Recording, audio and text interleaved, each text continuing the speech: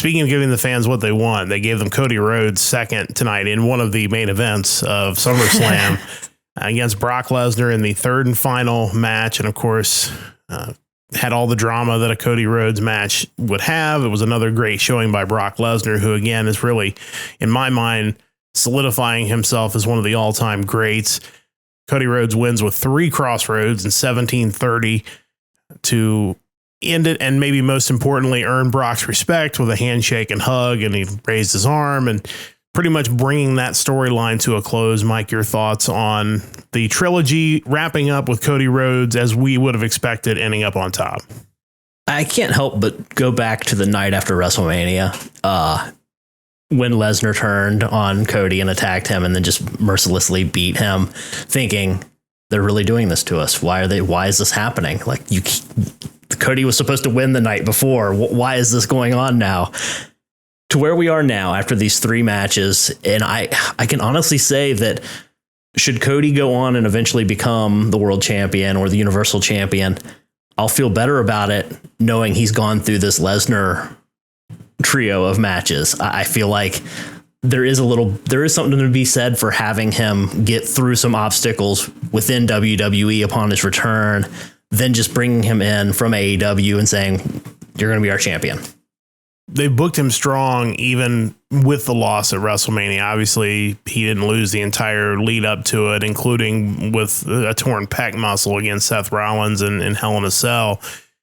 And they continued to book him strong after that loss as well. And now he ends up getting the better of Brock Lesnar. And again, and I'll throw it to Rachel maybe for more on this, Brock Lesnar, I think for a lot of years didn't get the respect. They just thought he was his character. He's a mercenary. He's a guy that maybe he's going to show up and do business. Maybe he's not. Maybe he's going to go into business for himself, but he's going to go down, I think, especially this last run that he's had, one of the all-time best, because he's been involved in some of the most memorable stories and matches over the last couple of years of anybody in all of wrestling. Oh, definitely. I mean, back even when he started with WWE, I didn't really care much about him. He was just a big, strong guy. That was his gimmick. I just was not interested. But these last few years have been the most fun I've ever seen him have. His personality's been coming out. He's been hilarious to watch. He dresses up like a cowboy. I mean, he drove a tractor or like what was that last year? Some sort of piece machinery, of equipment. Yes. And like lifted up the ring. Like, he's just been so fun to watch this time around. And I love that he gave Cody the respect at the end of the match. I loved seeing him not turn on Cody, because he always kind of wonder, like, okay, is this real? Is he really just going to, hug it out? And I like seeing Cody win clean. Like the first win, he was in a submission and rolled, kind of like put his shoulders on the mat and pinned him that way. So seeing him actually win clean was what Cody needs, I think. And then that was the question I had leading up to all this is, we know who has to win. It has to be Cody, because if it's not Cody, then what are we doing? But how are you going to get there in a way that makes it feel like a definitive end to the feud? And they did that. They found a way to, Lesnar just kept throwing him out of the ring, and he kept climbing back in the ring, just yelling at him, stay out, take the count out. Even Michael Cole yelling at him, like, stay down. Like, what are you doing? He just, as the match went on, earned Brock's respect. It was almost like Brock went through a face turn during the match as he was trying to get Cody to just stay away and not fight back. And he kept fighting back and ended up winning the match.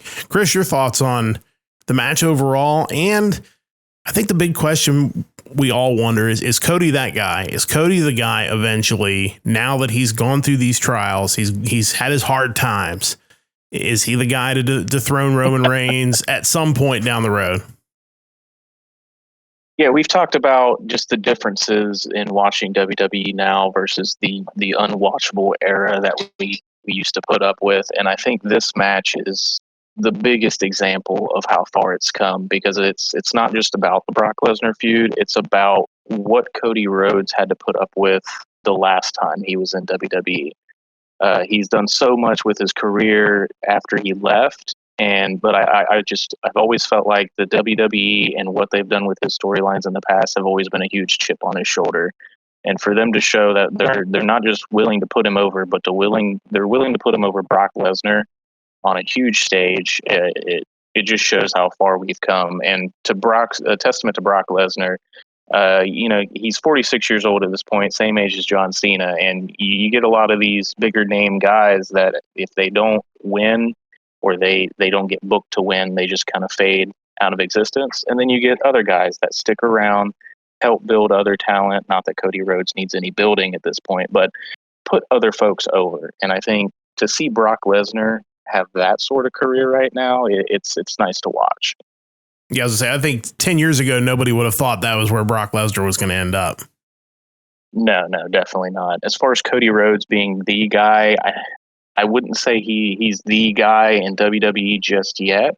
But what I will say is how they've booked this and the change that they've made in the company, he has the potential to be that guy, which is something that he was never given before.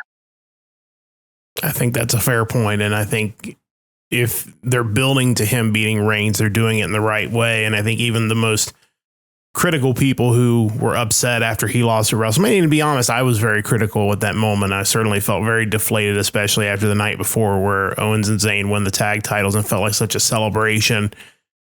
It's hard to argue at this point that wasn't the right decision, because right now it looks like Cody, I mean, it's not just that they're doing the woes now, they're singing his whole daggone song. And it's not like Jey Uso's song that has like 8 words. Like it's a full song, and they just sing it and belt it out on the way down to the ring. The guy is so over that he's the white bread baby face that WWE could not make for years. They tried with John Cena, they tried with Sheamus, they tried with so many guys. They got that guy now in Cody Rhodes, and they're basically gift wrap that guy from AEW. I think with that, you'd never have got to see Sheamus or John Cena struggle or not get picked as the guy. It's no different than how they wanted Roman Reigns to be that guy for so long. And really, it was creating a character where he's mad because they don't treat him like that guy that got him over. Like his acknowledge me thing. That's, how many years were they booking him as the top babyface and the crowd didn't acknowledge him? Like his current character is kind of the culmination of that. You want to get somebody over, you just tell the crowd that he's not the guy. And you basically make them, it's what's happening right now with LA Knight. They don't think that LA Knight's going to be that guy. It's a guy that Vince wanted to make a manager. They wanted to maybe even get rid of him. So there's just that groundswell of support behind him, and who knows where that's going to end up. When you think that age playing a factor in their reluctance to make LA Knight much of anything, but then you look at the ages of some of the people on this card that are still performing at a high level. I mean, you have your Lesnars, you have your Styles. Like, at this day and age, mid-40s is nothing.